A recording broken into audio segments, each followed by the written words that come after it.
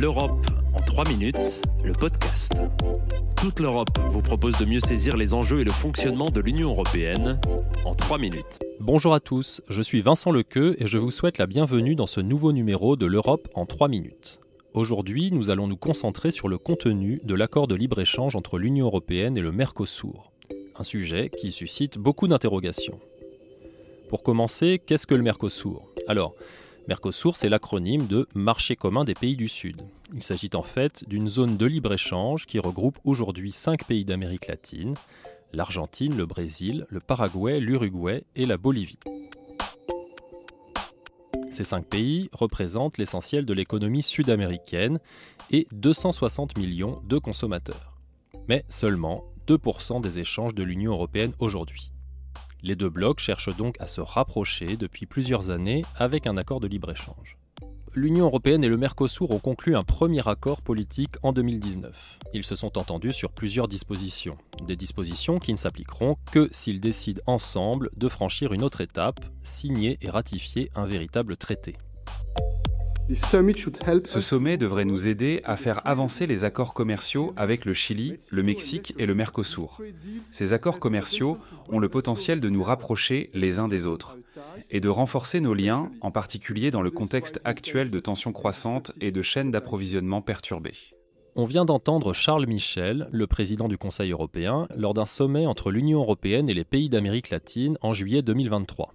En filigrane, il insistait sur le besoin pour l'Europe de diversifier ses partenaires dans un monde traversé par des bouleversements géopolitiques.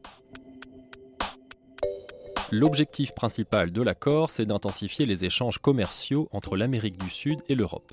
Première chose, comme dans tout accord commercial, on réduit ou on supprime les droits de douane.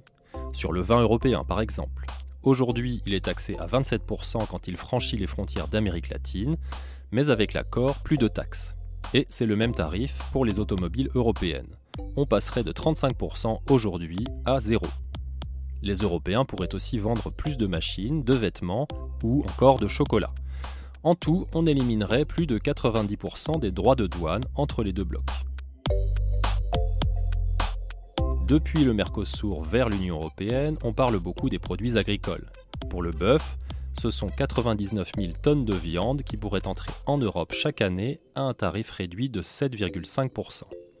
Cela représente environ 1% de la consommation européenne.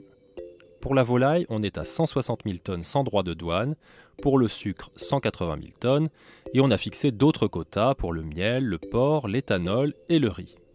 L'accord contient d'autres mesures importantes, comme les mécanismes de sauvegarde, qui permettent de suspendre des importations si elles causent un préjudice grave sur un secteur. On prévoit aussi de reconnaître près de 400 indications géographiques protégées, comme le roquefort ou les pruneaux d'Agen. L'accord permettrait aussi à des grandes entreprises européennes d'accéder plus facilement au marché public des pays du Mercosur. Et il contient plusieurs dispositions relatives au développement durable et aux droits des travailleurs. Bref, vu sous cet angle, le projet de traité UE-Mercosur contient beaucoup d'avancées. Mais il suscite aussi beaucoup de critiques, notamment de la part des secteurs professionnels qui s'estiment lésés. Et pour en savoir plus à ce sujet, je vous invite à vous rendre sur notre site touteleurope.eu. Retrouvez l'Europe en 3 minutes, le podcast, sur www.touteleurope.eu et sur votre plateforme d'écoute préférée. Partagez-le, commentez-le et à très vite pour un prochain épisode.